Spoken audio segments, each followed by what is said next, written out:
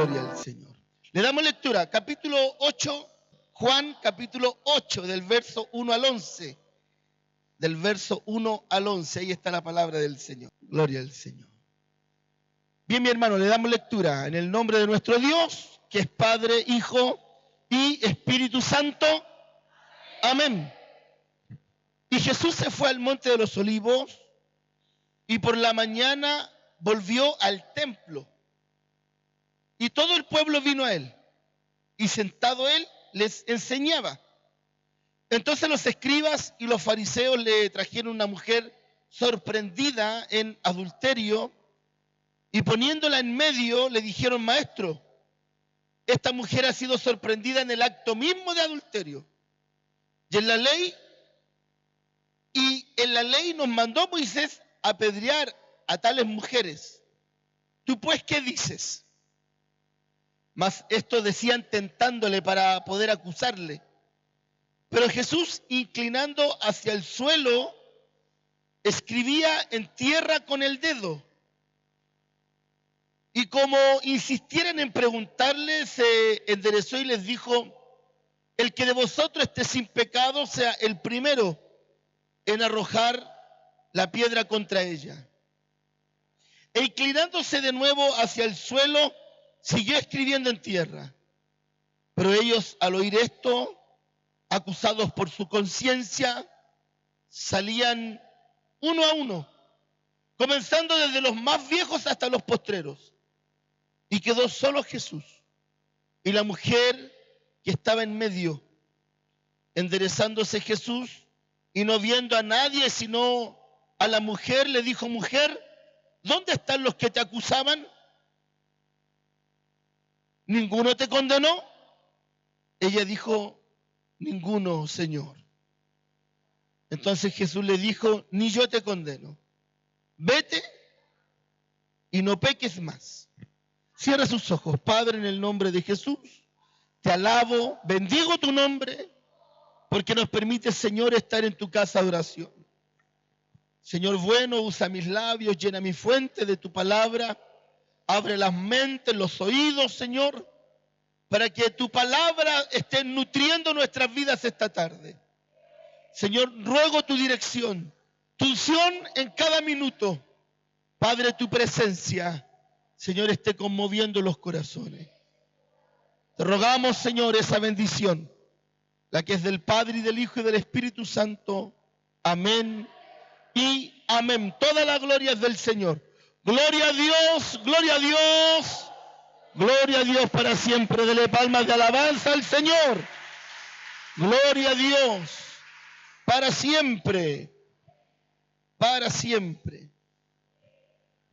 Bien, un pasaje, hermano, de la Biblia muy conocido, muy actuado. Creo que es difícil no hablar del Nuevo Testamento y saltarse este pasaje bíblico. Siempre va a estar en las conversaciones con respecto a la Biblia, qué dice la Biblia al respecto. Pero es un trozo de la palabra del Señor, es un episodio que guarda varios misterios, que hace poquito conversaba con mi hija Lindsay sobre la lectura bíblica del Nuevo Testamento, y puedo decir empíricamente, hermano, de que no se puede entender a cabalidad el Nuevo Testamento si no se ha estudiado el Antiguo Testamento. Eso es siempre así. Muchas veces, por lo general, a los pastores nos preguntan cómo es que se debe estudiar la Biblia, cómo se debe leer la Biblia. Porque el libro comienzo. Y la Biblia se lee como cualquier otro libro, pero con una intención distinta. Se lee desde el Génesis hasta el Apocalipsis. Así se lee la Biblia. Si alguien la quiere leer, si alguien la quiere estudiar, es distinto. Hay que ir profundizando capítulo por capítulo, ¿cierto? Nunca olvidando el contexto de cada versículo, ni de cada capítulo, ni de todo el libro, ni de toda la Biblia. Siempre es así. Pero estos misterios, hermanos, que guarda este pasaje de la palabra del Señor, como por ejemplo ¿qué es lo que Jesús estaba escribiendo en el piso? ¿Por qué llevaron a la mujer al templo? ¿Por qué interrumpieron la predicación de Jesús o la enseñanza de Jesucristo? ¿Por qué Jesús no le condenó? ¿Qué fue lo que escuchó la gente que vieron las personas? Si eran fariseos, los fariseos que son celosos o eran celosos de la palabra de Dios, ¿por qué no condenaron a esta mujer? ¿Por qué finalmente no la apiedraron? ¿Por qué finalmente uno quizás más osado o más hipócrita, quizás ocultando su vida, ¿por qué no terminó apiedrando nomás, lanzando la piedra? Total, ¿quién iba a saber si él podía o no podía lanzar la piedra? Son un montón, hermanos, de incógnitas, de preguntas que tiene este pasaje bíblico, que siempre nos concentramos finalmente en el juzgar, ¿cierto? De que nadie puede juzgar, nadie es perfecto, decimos siempre. Sin embargo, la palabra del Señor nos enseña que esta misma fue escrita a fin de que el hombre sea perfecto. Dice la palabra del Señor, ¿cierto? En Hebreos. A fin de que el hombre de Dios sea perfecto, enteramente, preparado para toda buena obra. Por lo tanto, en el Evangelio debe existir la perfección. ¿Cuesta llegar? ¿Es la aguja en el pajar? Por supuesto que sí. Cuesta llegar a la perfección en el Evangelio. Pero la perfección está en la Escritura, está en el ministerio, está en el propósito de Dios. Así que nos concentramos siempre cuando leemos este pasaje bíblico sobre que nadie fue capaz de juzgar a la mujer, porque finalmente todos tienen pecado en su vida y es una realidad de la iglesia. Eso es así. Sin embargo, hay algo, hermano, que no podemos olvidar. Ellos aún, o la iglesia, digámoslo así, todavía estaba en el tiempo de la ley. Y el Talmud y la Kabbalah, lo que ellos practican incluso hasta el día de hoy.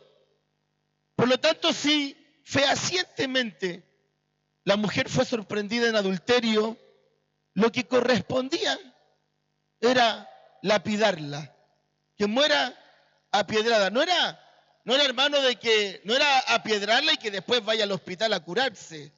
No era eso. La ley de Moisés dice que si una mujer es sorprendida en adulterio, debe ser lapidada. ¿Qué quiere decir? Que debe ser apiedrada hasta morir. No era una piedra por cada ciudadano, sino que era apiedrada hasta morir. Eso es la lapidación. Y eso es lo que manda la ley de Moisés hacer.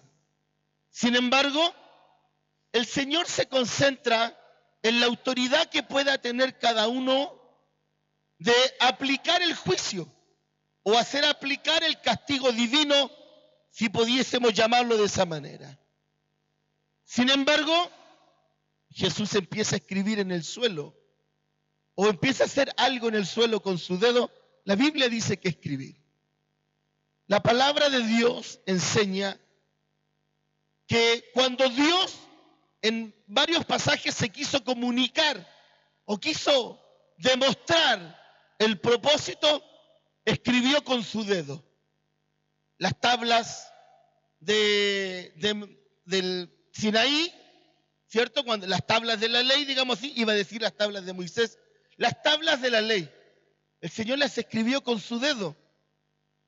Cuando la frase que fue escrita en la pared del templo de Nabucodonosor, ¿cierto? Fueron escritas con un dedo, simplemente.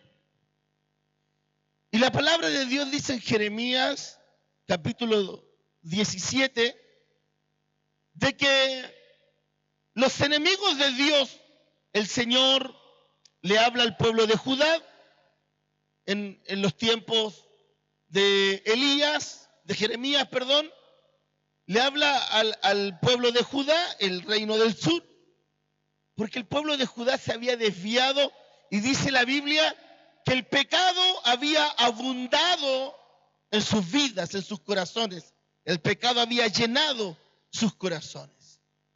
Y dice la palabra de Dios, y escribiré sus nombres en tierra, dice la Escritura. Ahora entendamos esto, los fariseos eran hombres eruditos de la palabra del Señor.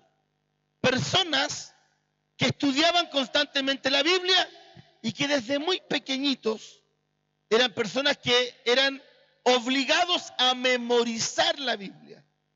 No como nosotros. Nosotros la hojeamos de vez en cuando, buscamos los versículos que más nos gustan, ¿cierto? Pero el pueblo hebreo no es así. Ellos son obligados a memorizar la palabra de Dios. Desde tiempos ancestrales, milenarios. Y resulta de que ellos sabían perfectamente lo que Jesús estaba haciendo cuando le estaba escribiendo en el suelo. Perfectamente. El juicio contra Judá, hermano, ¿qué reino, después de Salomón, el reino de Dios, el reino de Israel se divide en dos? Los del norte y los del sur. Israel en el norte, Judá en el sur. Y resulta que de donde el pueblo que se desarrolla durante el Nuevo Testamento, hermano, es Judá. El reino de Judá, el reino del sur. El reino del norte desaparece para distintos lugares de Europa, Asia, Oceanía. Hasta el día de hoy, hermano, están retornando tribus judías a Israel. Hasta el día de hoy. Una de las últimas, hermano, es la tribu de Manasés, que está retornando a Israel, que estaban en India, en el norte de India. Ahora, durante mucho tiempo, se dieron como las tribus perdidas, el pueblo perdido de Israel. Pero el pueblo que estaba ahí en el tiempo de los apóstoles era la tribu de Judá, el reino de Judá. Por lo tanto, ellos sabían, esta profecía de Jeremías fue en contra del pueblo de Judá, fue en contra de ellos mismos. Cuando a través de Jeremías el Señor le dice al pueblo de Israel, dice, en el suelo, en tierra, escribiré el nombre de mis enemigos. Por lo tanto, cuando Jesús empieza a escribir en el suelo, si bien Juan, no detalla qué es lo que está haciendo Jesús mientras escribe en el suelo, lo más probable es que haya estado mencionándolos de a uno por uno, el nombre de cada uno en el suelo. Y cuando termina de escribir, les dice, el que esté libre de pecado, lance la primera piedra. Ahora, ¿por qué Jesús no condena a la mujer siendo él perfecto? ¿Acaso había pecado en él que tampoco fue capaz de lapidarla? No. Lo que había en Jesús era un profundo sentimiento de amor, de compasión. Y hay una puerta, hermanos, porque como dije antes, la mujer fue sorprendida en adulterio. No es que probablemente, los fariseos dicen que fue sorprendida en el acto mismo. Ninguno de ellos dijo, dicen que esta mujer es adúltera. Hay algunos teólogos que dicen de que fue una conspiración, que la mujer nunca fue sorprendida, que solo fue para tentar a Jesús. Pero la palabra de Dios no se equivoca. Regla número 1 de la teología sistemática: la Biblia se cree como está escrita. Esa es la regla número 1. Después se profundiza. Y la Biblia dice que fue sorprendida en el acto mismo de adulterio. Pero algo hizo que Jesús tuviera compasión de ella. Ella sabía perfectamente que lo que le correspondía era morir apiedrada. Y hay algo que practica poco la iglesia, que es el arrepentimiento. esa puerta llamada arrepentimiento. El arrepentimiento en las personas, hermanos, mueve la mano de Dios a favor. Jesús hizo todo lo posible para que ninguno de los fariseos, repito, hombres que estudiaban profundamente la Biblia, que fuera de los templos, enseñaban. Habían distintas cátedras, distintas escuelas de fariseísmo, de judaísmo, distintas escuelas.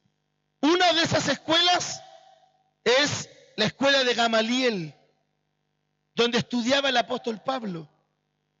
Pero a partir de esa, habían muchas otras escuelas. Los fariseos se ganaban afuera de los pórticos a enseñar la Escritura.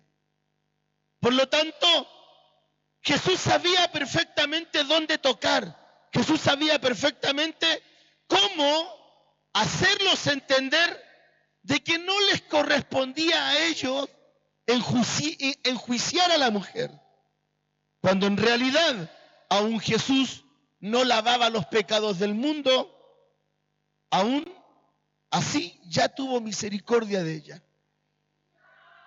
ya tuvo piedad de esa mujer, como lo hizo conmigo también, como lo hace con nosotros a diario. Pero hay algo que al cristiano siempre le va a permitir avanzar rápidamente. Le va a permitir romper cadenas, le va a permitir reconciliarse con el Señor, le va a permitir ser libre de cualquier atadura, de cualquier carga satánica, si se puede decir de esa manera, que es el arrepentimiento. Las ataduras nunca dejan de ligarse si no hay arrepentimiento.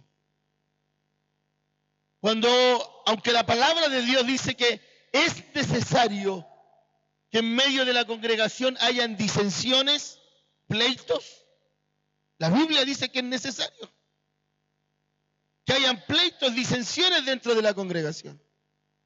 Dice, para que sepáis vosotros quién de vosotros es espiritual. Eso dice la Biblia. Por lo tanto, en algún momento el fruto del Espíritu se manifiesta en el cristiano. En el momento de la aflicción, en el momento de la prueba, en el momento del pleito, se manifiesta el fruto del Espíritu. Y uno de los frutos del Espíritu, hermanos, es la conciliación, el amor. La conciliación, la paz. La paz es uno de los frutos. Por lo tanto, si un hombre es espiritual, si la mujer es espiritual, se van a manifestar los frutos del Espíritu. Lo mismo ocurre cuando una persona se arrepiente, ¿cierto? Lo que hace es mover la mano de Dios. Esto es acción y reacción. Pero no sé por qué en el orgullo, en la soberbia del ser humano, no le gusta reconocer su error. Podríamos decir que es vergüenza, pero la vergüenza es fruto también de la soberbia, del orgullo. Yo conozco muy pocos cristianos que reconocen sus errores cuando hay que resolver algo. Y la libertad del cristiano parte por el arrepentimiento. Lo que hubo en esta mujer, porque yo creo de verdad lo que la Biblia dice, que fue sorprendida en adulterio. Y que por eso también fue llevada. Pudo haber dicho, soy inocente. Pudo haber dicho, maestro, no es así lo que estos hombres dicen. Pero no dijo palabra alguna. Por lo tanto, ella simplemente estaba esperando el juicio. Pero lo más probable, en la cultura hebrea, en su conocimiento hebreo, lo más probable es que ella supiera que después de esta vida hay una eterna. O una vida eterna o una muerte eterna. ¿Lo cree usted? No sé si usted logra entender de que un corazón que no está arrepentido no se salva. ¿Lo sabía usted? La Biblia dice que el que se arrepiente se salva. ¿Lo dice? Lo dice la Escritura. Por lo tanto, el arrepentimiento, hermano, que conmovió el corazón de Jesús en ese momento, también sigue conmoviendo el corazón del Señor hasta el día de hoy. La palabra de Dios dice que nunca el Señor rechazará al corazón contrito. Y digo, estos hermanos españoles que escribieron la Reina Valera sacan estas palabras medias raras, ¿cierto? La Biblia dice que cuando nace Esaú, Jacob, que venía de atrasito, lo tenía tomado del calcañal. Digo, ¿de dónde salen? ¿Qué es el calcañal? ¿Por qué no le ponen talón nomás? Lo mismo este versículo dice, al corazón contrito y humillado, no dice arrepentido. Pero lo contrito, la contrición, es el arrepentimiento. ¿Cuál es la diferencia? Yo digo, a Dios no se le escapa ningún detalle. La diferencia es que la contrición no se puede confundir con siempre hago esta separación, con el remordimiento. La contrición no se puede confundir con el remordimiento, no así el arrepentimiento. Porque el remordimiento es culpa, escuche esto, el remordimiento es culpa disfrazada de arrepentimiento. Por lo tanto, la contrición, que quiere decir un corazón completamente dañado, completamente dolido, quebrado profundamente, que no está dispuesto a volver a pasar por lo mismo. Eso es la contrición. Es por eso que la Biblia dice que el corazón contrito y humillado jamás despreciará al Señor.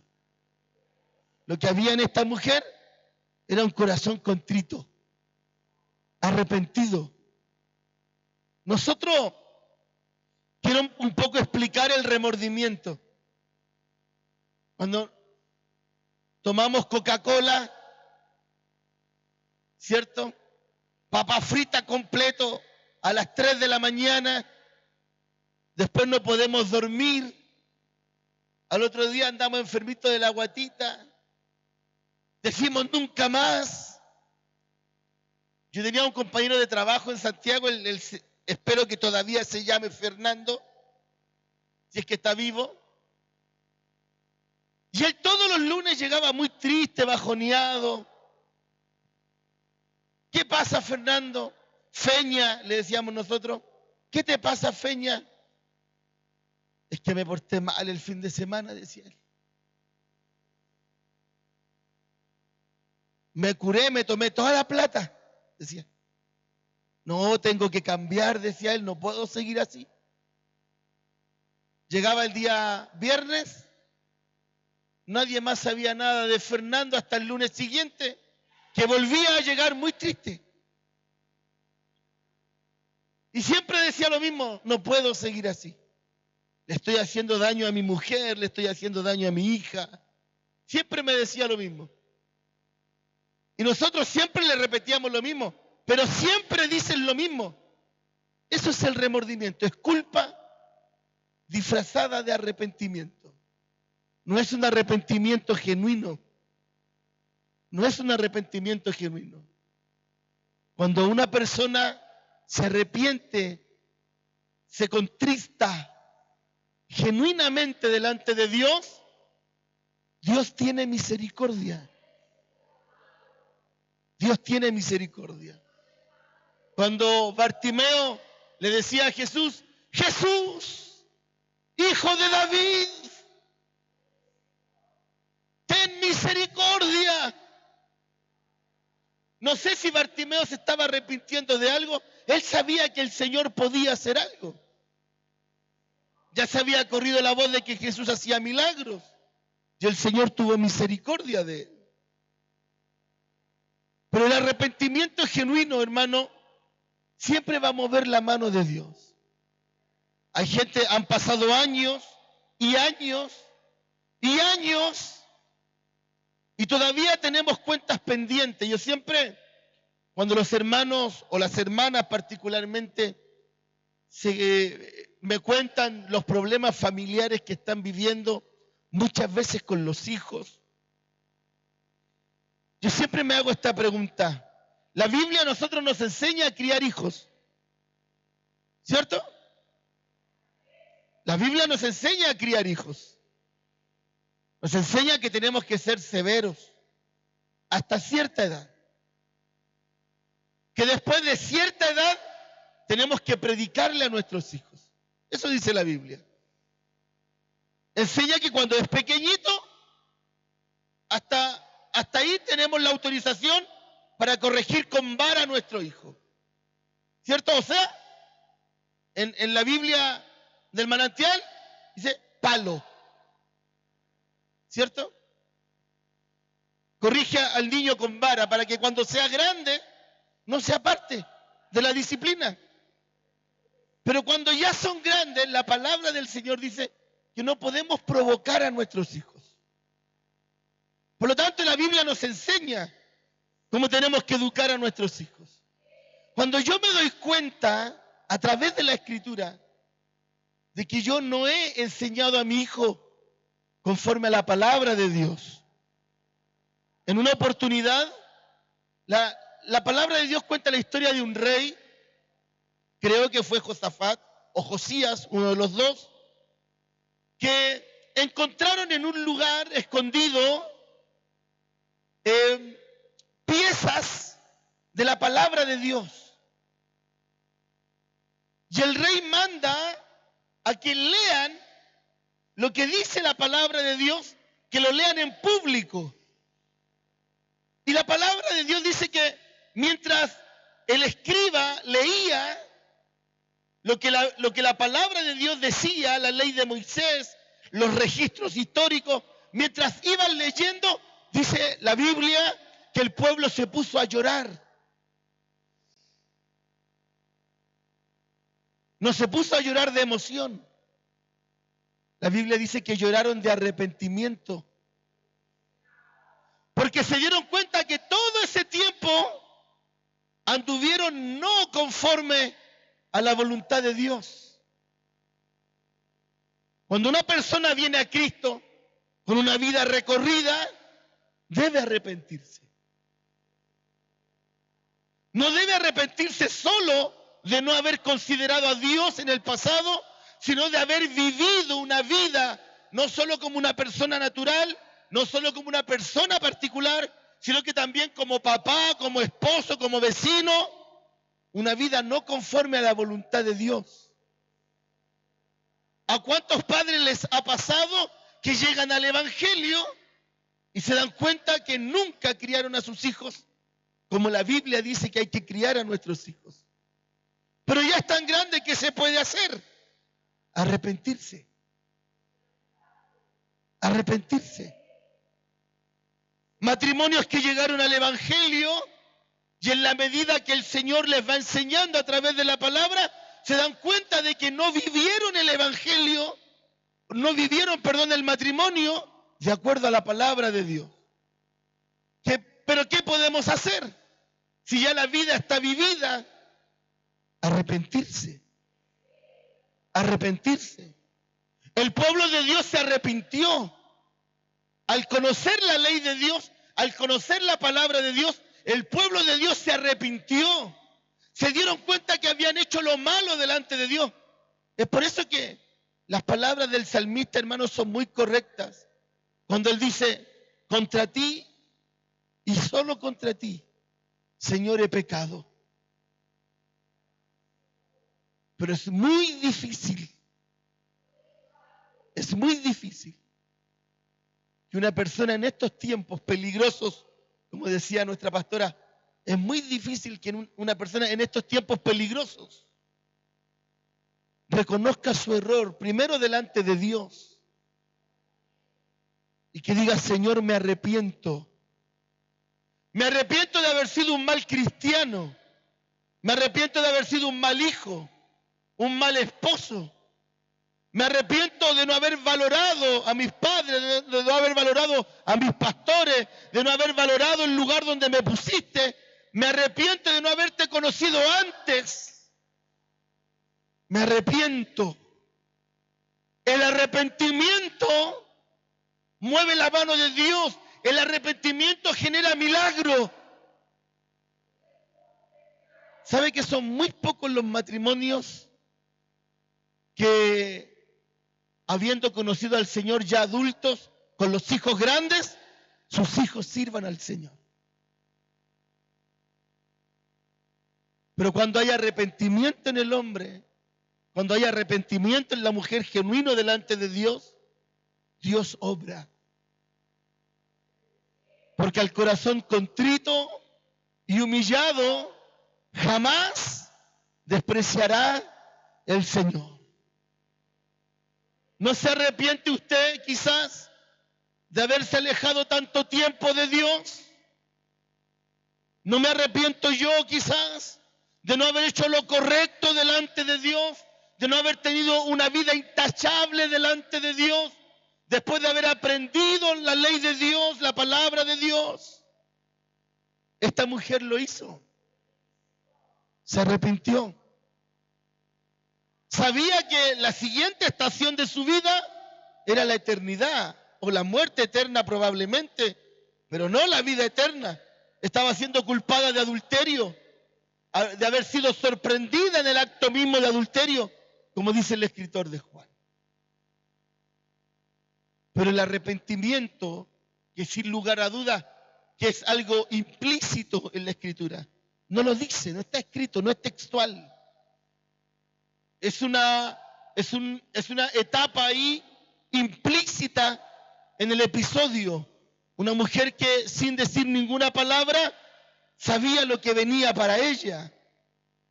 El arrepentimiento, hermanos, mueve la mano de Dios.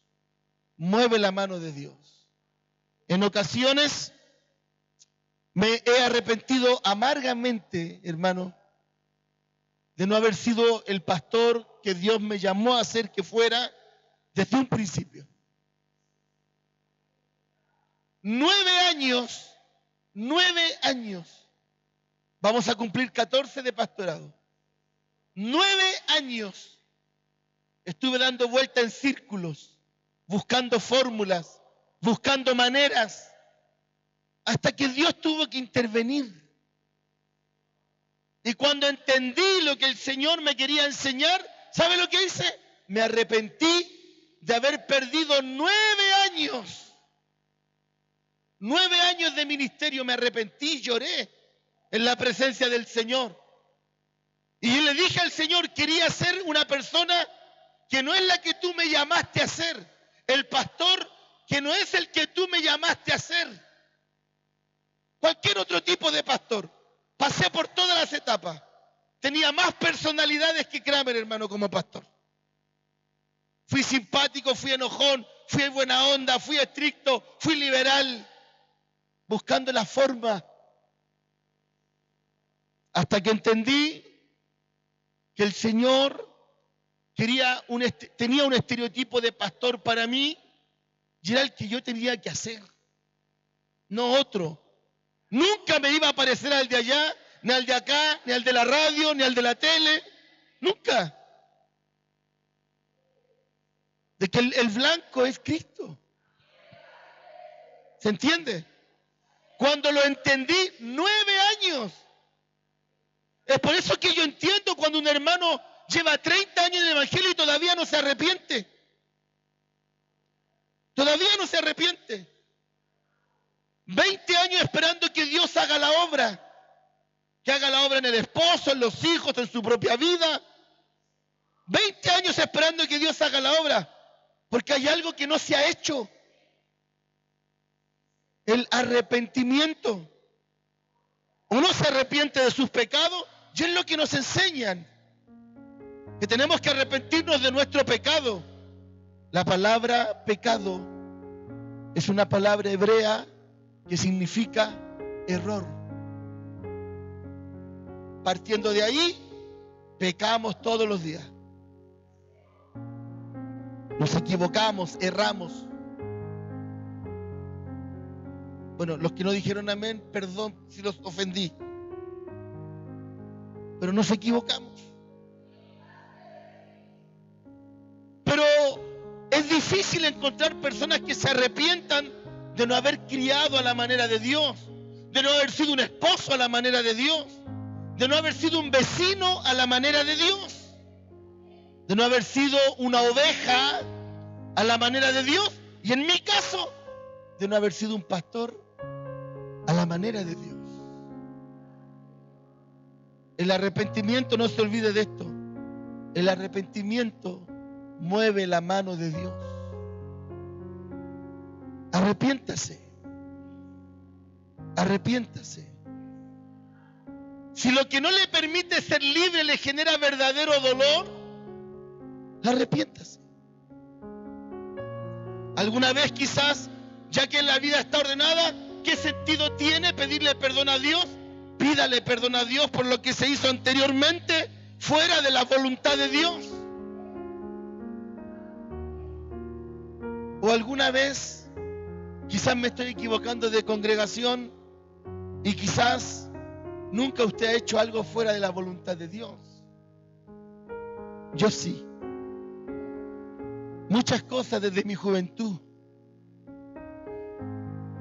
Cuando entendí que el arrepentimiento era libertador, cuando entendí de que el verdadero arrepentimiento es el que te genera dolor, que te genera vergüenza, que te hace cojear en el evangelio, cuando quiero ser libre de eso, solamente se puede a través del verdadero arrepentimiento. Ese arrepentimiento que conmueve a Dios. Dios le bendiga. Póngase en pie.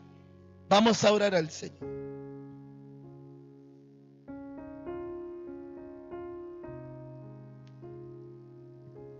Gloria al Señor. Señor bueno,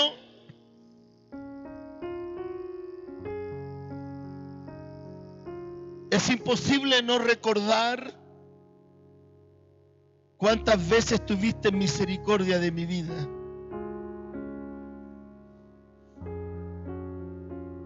Cuántas veces, Señor, fui atormentado por el pecado, como dice tu palabra, por el pecado que nos asedia. ¿Cuántas veces, Señor, hemos sido atormentados por los resultados de nuestros errores en el pasado? Porque algo es cierto, Señor, la paga del pecado es muerte. La paga del pecado es la muerte. Dice tu palabra que el que siembra pecado, el que siembra corrupción, cosechará corrupción. Por lo tanto, cada maldad, Señor, que yo le atribuyo al enemigo, quizás, Señor, son consecuencias de mis errores, de mi pecado, de mi maldad. Pero hay una puerta maravillosa. Hay una puerta maravillosa, Señor, que tú nos has permitido conocer. El arrepentimiento. ¿Cuántos, Señor, han sido libres de la culpa al reconocer delante de su presencia y decirle: Señor, no fui un buen esposo, fui un padre golpeador, fui un hombre maltratador,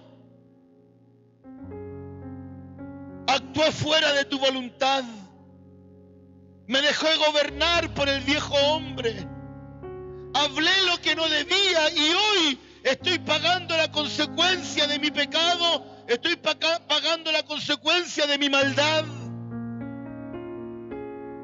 Pero dice tu palabra que si tu pueblo se humilla y busca tu rostro y se vuelve a ti, dice que tú te volverás a él. Si mi pueblo se humillare, sobre el cual mi nombre es invocado, y clamaren y oraren, yo me volveré a ellos y sanaré su tierra, dice tu palabra, y sanaré su tierra. Señor, ayúdanos para entender que el arrepentimiento, Señor, nos liberta, que el arrepentimiento, Señor, nos perdona, que el arrepentimiento hace un milagro, que el arrepentimiento abre puertas, que el arrepentimiento, Señor, abre puertas, puertas de amor en el matrimonio, puertas de reconciliación con los hijos. Que el arrepentimiento, Señor, mueve tu mano, porque dice tu palabra que al corazón contrito y humillado jamás despreciará el Señor. Jamás despreciará el Señor. ¿Cuántas cosas, Señor, hay en mi vida de las que debo arrepentirme? ¿Cuántas cosas, Señor, hay en mi vida que la iglesia no conoce porque fueron parte del pasado, pero de las que debo arrepentirme? Porque todas y cada una de ellas, Señor, fueron fuera de tu voluntad. Pero he conocido tu palabra, he conocido tu ley, me has mostrado que yo estaba equivocado. Me has mostrado a través de tu palabra que estaba cometiendo un error. Me has mostrado a través de tu palabra que las cosas no se hacen de esa manera, que hay un camino y que hay una verdad y que se llama Jesucristo. Bendito es tu nombre. Que ese arrepentimiento genuino que fue capaz de disipar, Señor, el juicio de los fariseos para esta mujer, con el cual Jesucristo tuvo misericordia de esta mujer sorprendida en adulterio, pueda disipar de la misma forma, Señor, la culpa, la enfermedad, el tormento, todo lo que arrastramos, las consecuencias que arrastramos, Señor, de nuestra desobediencia. Todas estas consecuencias de nuestra desobediencia. Sí, Señor, debo arrepentirme delante de tu presencia y decir, no conocía tu palabra, y si la conocía, cuánto peor. Te ruego el perdón de mis errores, te ruego el perdón de mi vida. Sáname, Señor, sana mi alma, sana mi presente, sana mi tierra, disipa las tinieblas, disipa las consecuencias de mi maldad a través de este arrepentimiento. Bendito eres, Señor, porque no quiero cargar más con las consecuencias de mis errores. Me he equivocado, como dijo el salmista, contra ti. Y solo contra ti, oh Dios, he pecado. Contra ti y solo contra ti he pecado. Y solo vivo y como día tras día el fruto de mis errores, el fruto de mi pecado. Pero a través de este arrepentimiento, de decirte, Señor, no debía haber sido así como padre, no debía haber sido así como madre, debía haber criado a mis hijos en tu palabra, debía haberles enseñado el evangelio. No quise oír tu voz, no quería oír tu palabra. Me arrepiento amargamente de no haberte conocido antes. Me arrepiento de no haberte conocido antes. Me arrepiento, Señor, de no haber escudriñado tu palabra. Me arrepiento de no haberte entregado mi corazón joven. Bendito es tu nombre.